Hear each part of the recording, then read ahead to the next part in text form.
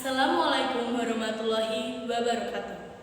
Mr. and Madam Chairman, ladies and gentlemen, good afternoon. I am Yafia Delferema Purbo as the first speaker from opposition team. Here, I want to tell you about my argument about the motion today. The motion for our debate today is, this House prefers the strategy of passing for institutional reform to address police and misconduct rather than defunding the police. I agree with the definition given by the affirmative team. However, we the opposition team believe that statement from affirmative team is false. The first speaker from affirmative team has tried to tell you that government prefers a strategy of passing institutional reforms to deal with police and offers rather than discrediting the police. But this is wrong because defunding them could reduce violence against people of color and overall crime. Because police departments are historically oppressive and violent. I believe that this statement is true, and I'm going to discuss it in 2 points. My first point is, black organizers are calling for divestment from policing and investment in human needs across the country. Over the years, black activists and organizations such as the Movement for Black Lives have called for the calculation we now see on the streets, and we have a responsibility as neighbors to fulfill their vocation. In the wake of the killing of George Floyd, we are seeing a massive popular political realignment around the role and scope of policy in the United States, led by black organizers and black-led movement groups.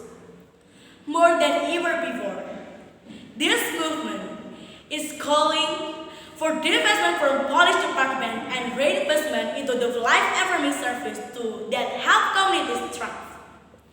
Further still, these protests are not confined to cities and towns across America. They have crossed our borders and are taking place globally.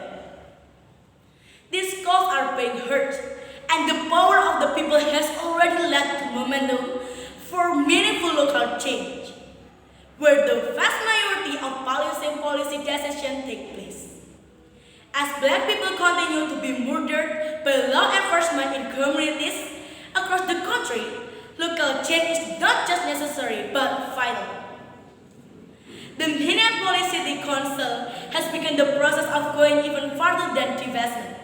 They're not only diving into police funding and malfeasance, they are actively looking into disbanding the police department in favor of a new set of service and first responders moved in from by community-led public safety.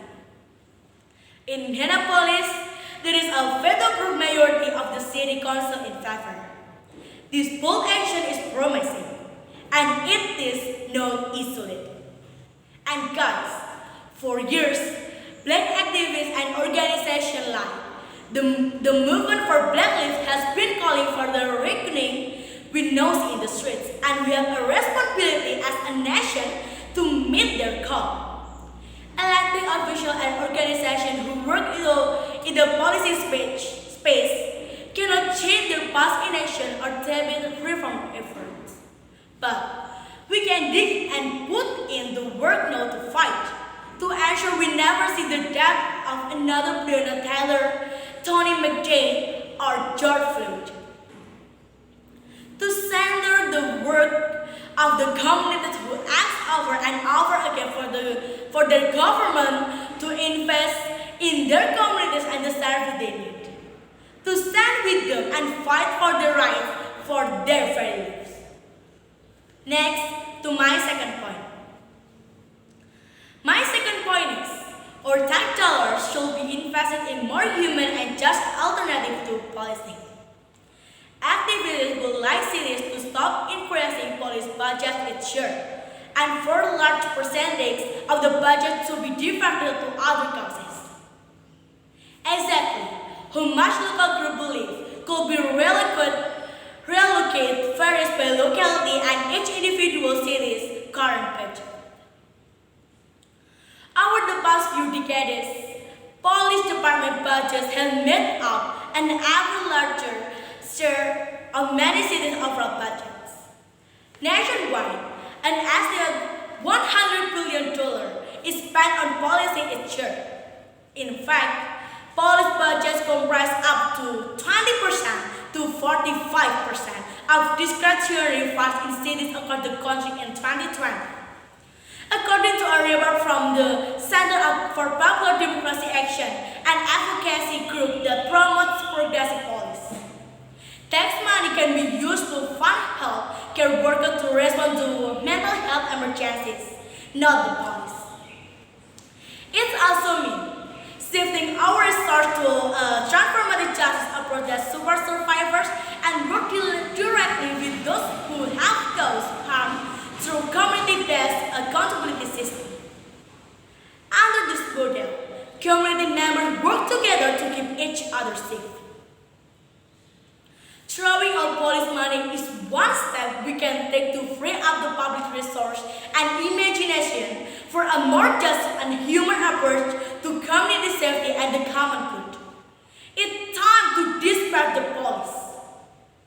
So, Mr. and Madam Chairman, ladies and gentlemen, in my conclusion, I really disagree with the statement that say if this House prefers the strategy of passing for institutional reform to address police and misconduct rather than defunding the police. Thank you.